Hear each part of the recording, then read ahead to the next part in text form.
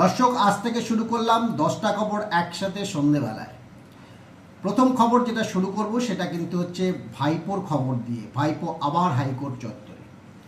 কেন ভাইপো আবার হাইকোর্ট চত্বরে? তার কারণটা হচ্ছে, ইতিমধ্যে আপনারা জানেন যে ভাইপোর যে ডিজে বাজাতে চেয়েছিল 4 তারিখের পরে, সেটা নিয়ে একটা এফআইআর হয় অ্যান্ড সিআইডি সেই ইনভেস্টিগেশন করছে। সেই ইনভেস্টিগেশনে করতে গিয়ে সিআইডি অভিষেক বন্দ্যোপাধ্যায়ের গলার যে স্বর সেটা টেস্ট করার জন্য হাইকোর্টে গিয়েছিল। তো হাইকোর্টের পারমিশন নিতে হয়, হাইকোর্ট পারমিশন দিয়েছে। তো সেটাকে আটকানোর জন্য ভাইপো আবার হাইকোর্টে গেছে যে আমারই তো কণ্ঠস্বর, তাহলে নমুনা সংগ্রহের কী প্রয়োজন? ডিজে মামলায় সিআইডির বিরুদ্ধে হাইকোর্টে অভিযোগ। ভাইপো, এটা যে তোমার কণ্ঠস্বর সেটা তো আমরা সারা বাংলার মানুষ জানি। তুমি যাতে পরে গিয়ে অস্বীকার করতে না পারো যে এটাই তোমার কণ্ঠস্বর নয়, যাতে বলতে না পারো, সেই জন্যই সিআইডি তোমার কণ্ঠটাকে টেস্ট করে রাখছে, যাতে তোমার সেই রাস্তাটা খোলা না থাকে। চলুন এবার দ্বিতীয় খবরে যাব। দ্বিতীয় খবর, আমেরিকা ইরান মৌস্বাক্ষরের দিন থেকে হরমুজ প্রণালী পার করেছে ভারতমুখী 11টা জাহাজ, এখনও অপেক্ষায় আছে 26টি। তো দর্শক, এবার এই রিসেন্টলি সুইজারল্যান্ডে আমেরিকা ইরানের যে পিস ডিল স্বাক্ষরিত হয়েছে, তার মধ্যে কিন্তু ভারত প্রায় 11টা জাহাজকে হরমুজ প্রণালী দিয়ে নিজেদের দেশের দিকে নিয়ে আসার জন্য সক্ষম হয়েছে। আরও 26টি জাহাজ সেখানে অপেক্ষায় রয়েছে। তো প্রধানমন্ত্রী কিন্তু এই কূটনৈতিক বিষয়ে দারুণ সাফল্য লাভ করেছেন as a prime minister of India. আমরা দেখেছি অনেক বড় বড় দেশ তেলের সংকটে ভুগেছে দীর্ঘদিন।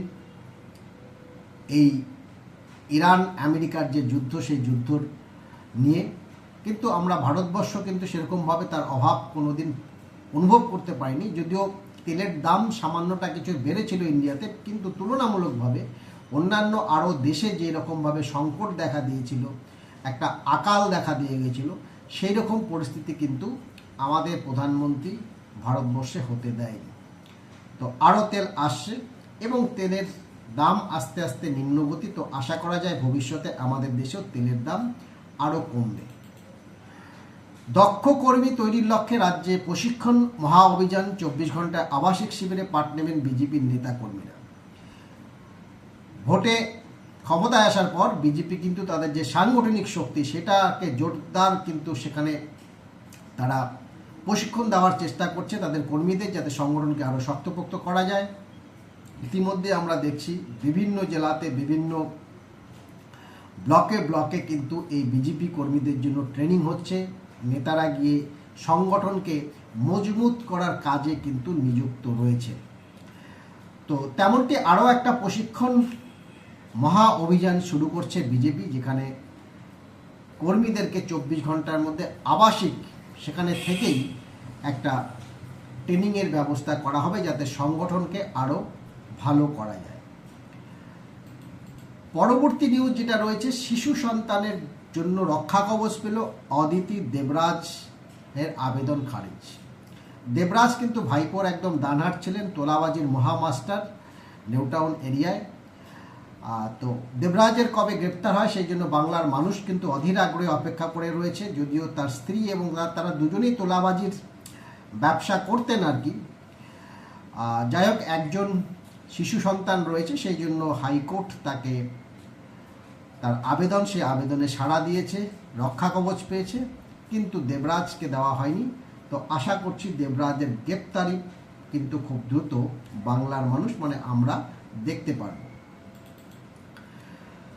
বাবা মায়ের পুড়ে যাওয়া দেহ দেখেছিলেন ছেলে, মুখ্যমন্ত্রীর সঙ্গে সাক্ষাতের পর 8 বছর পুনরায় কাকদ্বীপ হত্যাকাণ্ডে গ্রেপ্তার 10। মুখ্যমন্ত্রী হয়ে তিনি বলেছিলেন আইনের শাসনে রাজ্যে তিনি প্রতিষ্ঠিত করবেন।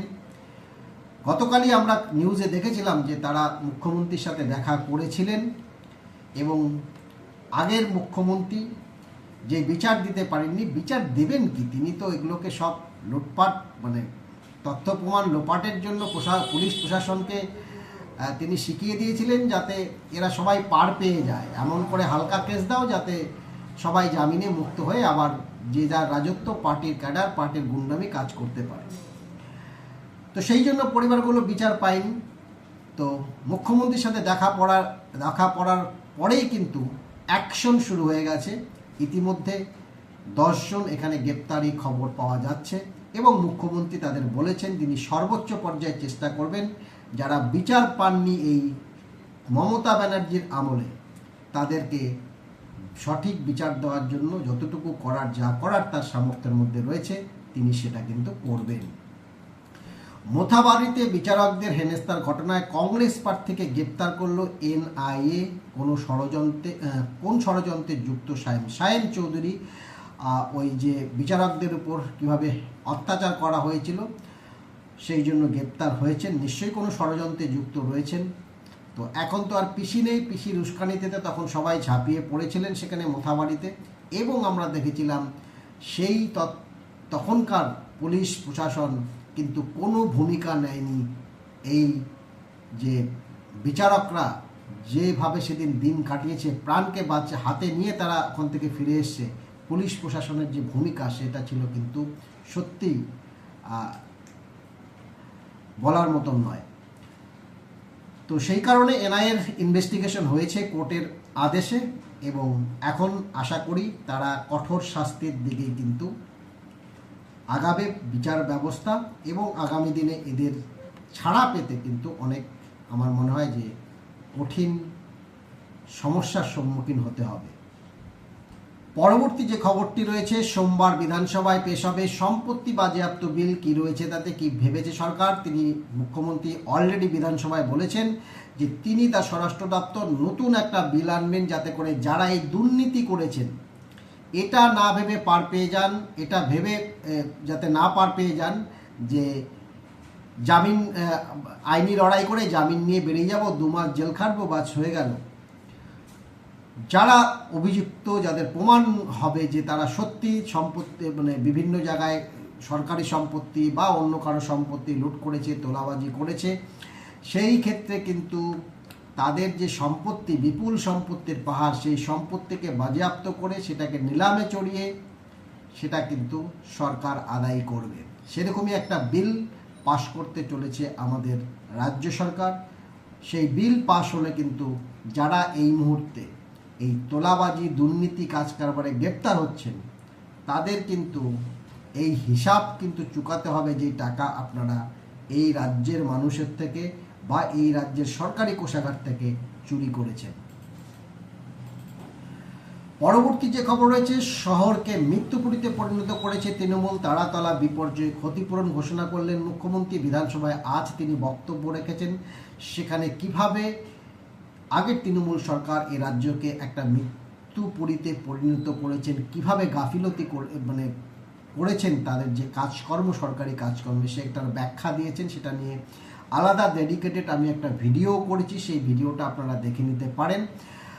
আর যেটা ঘোষণা করা হয়েছে, যারা মারা গেছেন 4 জন তাদেরকে 10 লক্ষ টাকা করে ক্ষতিপূরণ দেওয়া হবে। আর যারা 4 জন না 9 জন মারা গেছেন, 9 জনকে 10 লক্ষ টাকা করে ক্ষতিপূরণ দেওয়া হবে। আর যারা আহত রয়েছেন তাদের চিকিৎসা সরকার করবে এবং তাদেরকেও 1 লাখ টাকা করে আরও এক্সট্রা ক্ষতিপূরণ দেওয়া হবে। কালকেও আমরা খবরে দেখেছিলাম তামান্নার মাও শুভেন্দু অধিকারী মুখ্যমন্ত্রীর সাথে দেখা করেছিলেন, তিনিও তামান্নার জন্য বিচার চেয়েছেন। আমরাও জানি তামান্নার মায়ের কেউ কিন্তু বিচার দেওয়া হয়নি মমতার আমলে। খুলেআম সেই খুনিরা কিন্তু সবাই মমতার দলের ক্যাডার ছিলেন, তারাই তামান্নাকে কিন্তু হত্যা করেছেন সেই বিজয় মিছিলের দিন।